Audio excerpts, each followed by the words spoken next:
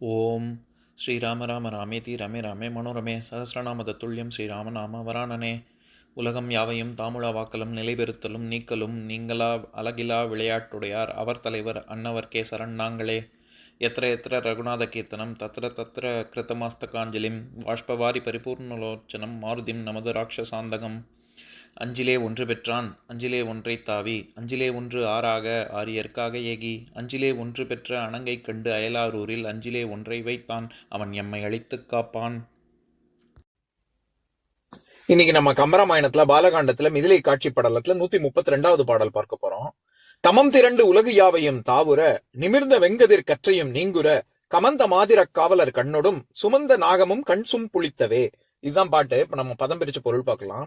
தமம் திரண்டு இருளானது மிகுதியாக ஒருங்கு சேர்ந்து உலகு யாவையும் தாவுர உலகங்கள் எல்லாம் பரவி நிற்க அதனால் நிமிர்ந்த வெங்கதிர் சூரியனது வெப்பமான கதிர்களின் கற்றையும் நீங்குற தொகுதியும் மறைந்து போக கமந்த மாதிரக் காவலர் வானுலகில் நிறைந்த திக்பாலகர்களின் கண்களுடன் சுமந்த நாகக்கண்ணும் பூமியை தாங்கும் யானைகளின் கண்களும் சும்புளித்தவே கூசின.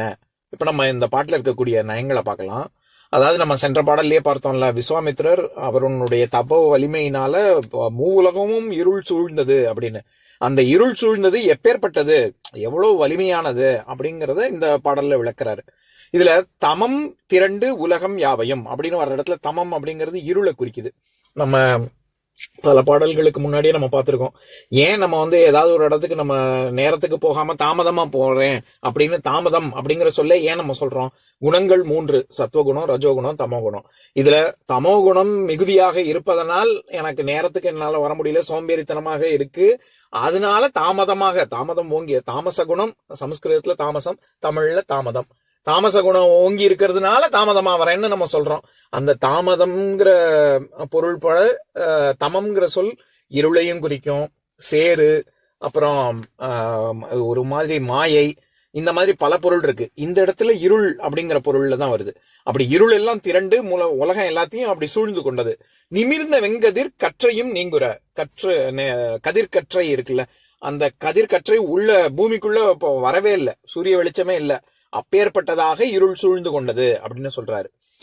கமந்த மாதிரக் காவலர் கண்ணொடும் நம்ம ஏற்கனவே பார்த்திருக்கோம். அதாவது அஷ்டதிக் பாலகர்கள் அப்படின்னு, அதாவது கிழக்கு திசை இந்திரனுக்கும், தென்கிழக்கு அக்னிக்கும், தெற்கு திசை யமனுக்கும், தென்மேற்கு நிருதிக்கும், மேற்கு திசை வருணனுக்கும், வடமேற்கு வாயுவுக்கும், வடக்கு குபேரனுக்கும், வடகிழக்கு ஈசானன், அந்த மாதிரி 8 அஷ்டதிக் பாலகர்கள் அப்படின்னு இந்த 8 பேரை சொல்லுவோம் அப்படின்னு நம்ம முன்னாடியே பார்த்தோம்ல. இந்த இடத்துல அப்பே அந்த அஷ்டதிக் பாலகர்களுடைய கண்ணும் கூசுது இந்த இருள்னால அப்படின்னு சொல்றாரு. அதுல எப்பேற்பட்ட அஷ்டதிக் பாலகர்கள் அப்படின்னு சொல்ற இடத்துல கமந்த மாதிரக் காவலர் அப்படின்னு, மாதிரம் அப்படிங்கிற சொல்லு அது நம்ம இங்கிலீஷ்ல காம்பஸ் நார்த்ன்னு சொல்றோம்ல, அதாவது இங்கிலீஷ்ல சொல்லும் பொழுது 2 விதமா சொல்லுவாங்க. ட்ரூ நார்த், மேக்னெட்டிக் நார்த் அப்படின்னு 2 விஷயம் சொல்லுவாங்க. ட்ரூ நார்த்னா நம்ம நார்த் போல் அது இருக்கிறது தான். ஆனா இந்த நம்மளுடைய காந்த புலம், அதாவது மேக்னெட்டிக் ஃபீல்டு, காந்த புலம் மாற ஒரே மாதிரியே இருக்காது, மாறிக்கொண்டே இருக்கும், லேசா சில மாறுதல்கள் இருக்கும். அதனால ட்ரூ நார்த்தும் மேக்னெட்டிக் நார்த்தும் எப்பவும் அடிக்கடிலாம் ஒன்னா வராது. 360 வருஷத்துக்கும் மேல அந்த மாதிரிதான் ஒன்னா வரும் அப்படின்னு சொல்லுவாங்க. எதுக்கு சொல்ல வரேன், அந்த மேக்னெட்டிக் நார்த் அதையும் குறிக்கும். மகாதிஷா, அதாவது சமஸ்கிருதத்துல மகாதிஷா, அந்த மகாதிஷாங்கிறத தான் தமிழ் படுத்தி மாதிரம் அப்படின்னு வந்திருக்கு. அதனால அது திசையையும் குறிக்கும், வடக்கு திசையையும் குறிக்கும், யானை, மலை இப்படி இல்லாமும் பொருள் இருக்கு. அதுக்கப்புறம் ஆகாயம் இப்படியும் பொருள் இருக்கு. இந்த இடத்துல மாதிரம்ங்கிறது திசையைத்தான் குறிக்குது. அந்த திசைக்கான காவலர்கள் மாதிரக் காவலர் அப்படின்னு சொல்றாரு.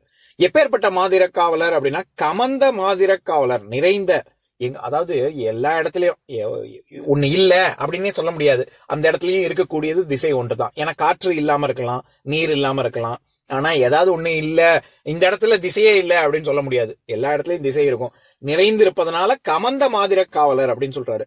கமம் அப்படின்னாலே நிறைவுன்னு அர்த்தம். அத கமம்ங்கிற உரிச்சொல்லினுடைய வினை விகற்பம் தான் கமந்த அப்படிங்கிற, நிறைவு நிறைந்த அப்படின்னு சொல்றோம்ல. அதாவது இங்கிலீஷ்ல சொல்றோம்னா கான்ஜுகேஷன், வெர்போட கான்ஜுகேஷன். இப்ப ஈட்டு ஏட்டுன்னு மாறுது, ட்ரிங்க் டிராங்க்னு மாறுது இல்ல, அந்த மாதிரியான மாற்றங்கள் தான் தமிழ்ல விகற்பங்கள் அப்படின்னு சொல்றோம். அதுல வினை விகற்பம் தான் இந்த கமம்ங்கிறது கமந்தன்னு ஆயிருக்கு.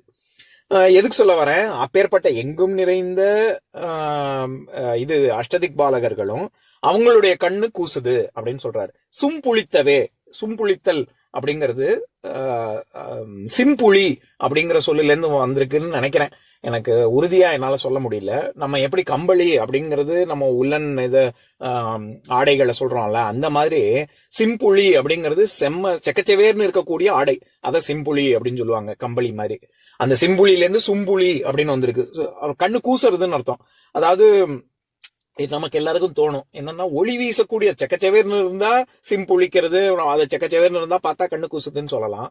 அதே மாதிரி ரொம்ப ஒளி வீசக்கூடியது, சூரிய வெளிச்சம் மிகுதியாக இருந்ததுன்னா அது பார்க்க முடியல, கண்ணு கூசுதுன்னு சொல்லலாம். ஆனா இங்க கம்பர் என்ன சொல்றாரு, இருள் வந்து கண்ணு அவங்க அஷ்டதிக் பாலகர்களாக இருந்தாலும் சரி, சுமந்த நாகமும், நம்ம பூமியை வந்து நாகப்பாம்பு, அதாவது இது ஆதிசேஷன் தான் தாங்குறாரு அப்படிங்கிறது நம்மளுடைய நம்பிக்கை.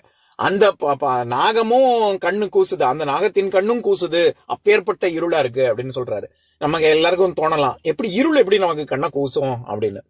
அதாவது இங்க என்ன சொல்ல வர்றாரு, விஸ்வாமித்திரனுடைய தபோ வலிமை எவ்வளவு எப்பேற்பட்டது அப்படின்னா, முற்றும் முழுவதுமாக இருள் சூழ்ந்ததுனால சுத்தி முத்தி எங்க பார்த்தாலும் எப்படி வந்து ஒளி நமக்கு கண்ணை கூசுமோ, அந்த மாதிரி இருளே கண்ணை கூசுற அளவுக்கு அவருடைய அந்த மாதிரியாக ரொம்ப அதி தீவிரமாக இருந்தது அப்படின்னு சொல்ல வராரு.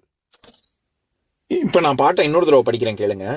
தமம் திரண்டு உலகு யாவையும் தாவுர, நிமிர்ந்த வெங்கதிர் கற்றையும் நீங்குற, கமந்த மாதிரக்காவலர் கண்ணொடும் சுமந்த நாகமும் கண் சும்புளித்தவே. இன்னொரு நாள் இன்னொரு பாட்டு பார்க்கலாம்.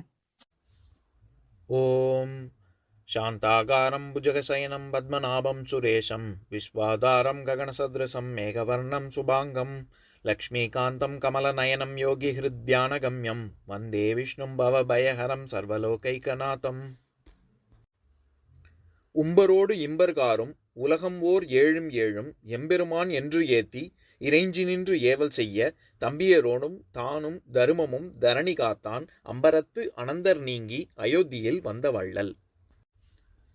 ஓம் பூர்ணமதः பூர்ணமிதம் பூர்ணாத் பூர்ணமுதஸ்யதே பூர்ணஸ்ய பூர்ணமாதாய பூர்ணமேவாவசிஷ்யதே. ஓம் சாந்தி சாந்தி சாந்திः. ஓம் சர்வேஷாம் ஸ்வஸ்திர்பவது சர்வேஷாம் சாந்திர்பவது சர்வேஷாம் பூர்ணம் பவது சர்வேஷாம் மங்களம் பவது. ஓம் சாந்தி சாந்தி சாந்திः.